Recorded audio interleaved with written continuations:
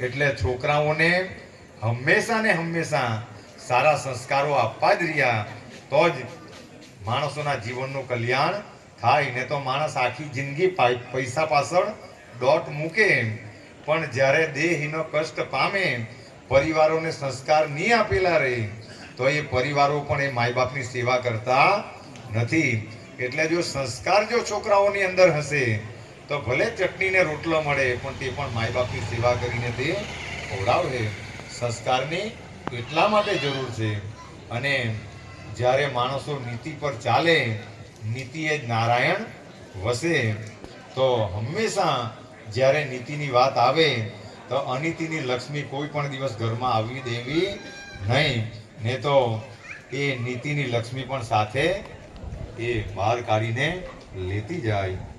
જીવનની અંદર શીખવા જેવું ખૂબ ઘણું છે. અને તેમાં પણ આવા સમર્થ સદગુરુનું સાનિધ્ય જ્યારે મળે, આવી વાતો જાણવાની ખાલી માણસને મળે, તેનું પણ જન્માન જન્માંતરનું કલ્યાણ થઈ જાય.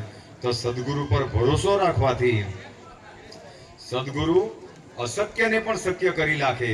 તેનો એક કિસ્સો બધા ધ્યાન દઈને હે શ્રોતાજનો બધા સાંભળજો.